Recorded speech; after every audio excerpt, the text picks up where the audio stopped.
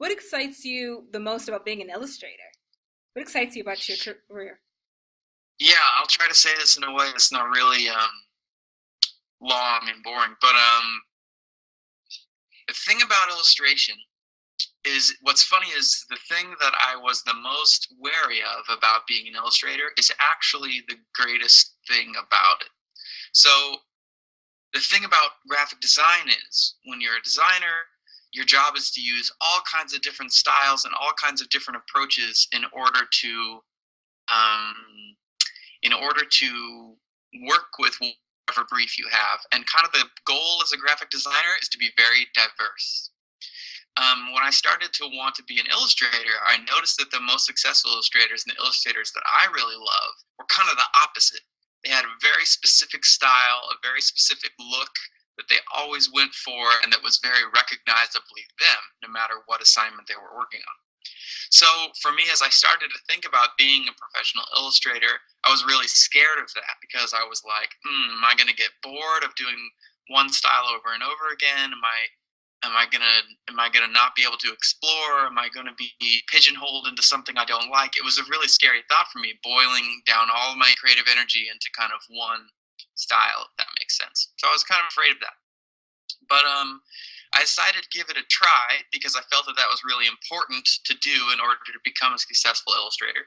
And as I did that, I discovered something that really surprised me, which is that I felt like I was afraid of getting bored or tired of kind of, one style. But what happened was, since I gave myself the time and the focus to work in just one style, um, suddenly this whole other world opened up inside of that style.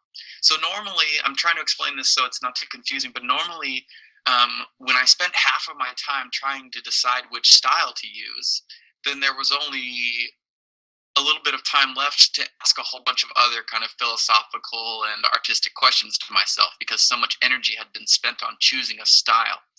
But now, as an illustrator, that since on the first step of an assignment, the question of style is already answered, I have so much more time and energy that's available to ask so many other questions, to open up so many other semiotic and formal and artistic and symbolic and ideologic questions that I can explore because I have more time and energy, and then those things can fit within this style. I also found that as I gave a lot of focus to one style, it's like I'm really, really, really improving one special thing. Whereas when I was a designer, I felt like I tasted a style for maybe a week and got really, really kind of explored it, and then I had to leave and work on something else. Where now I'm working in the same style on every assignment. It's like I'm really building it, really honing it, really perfecting it, and it's very fulfilling and exciting because I feel like I'm exploring a lot, even though I'm just in one specific style, if that makes sense. That's awesome. So could you describe your style currently? Yeah, well, it's in flux always, but I would say the way I would describe my style is it's definitely comes from people that I'm inspired by. So I'm inspired by Charlie Harper, who makes these incredible geometric animal illustrations in the 70s and the 60s that you can look up. I'm really inspired by A.M. Cassandre. He's like a French graphic artist from the, I think, 40s and 50s. Had this really airbrushy, grainy style. If you think of kind of like, if you think of, what's that called? Propaganda posters. Those are kind of in this wonderful style of mid-century modern illustration. So that kind of stuff inspires me. There goes a guy on his Greek motorcycle.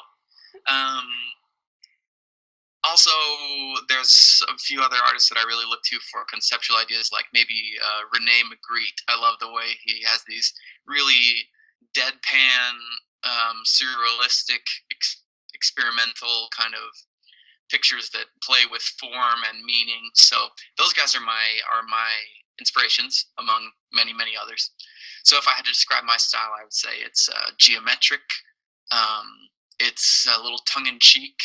Um, it's abstract a bit, and I would say it's conceptual in that it always reaches for some kind of visual pun, almost like a play on words, but in a visual sense.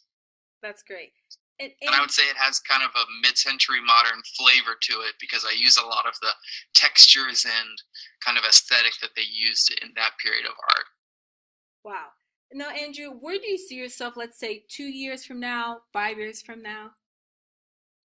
Yeah, well, the thing about being an illustrator is it's definitely an experiment for me. Of course, I'm having a really great time.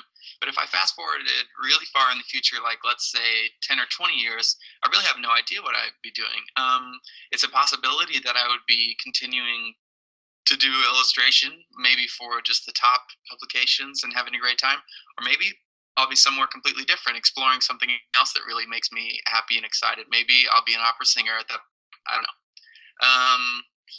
Probably not an opera singer.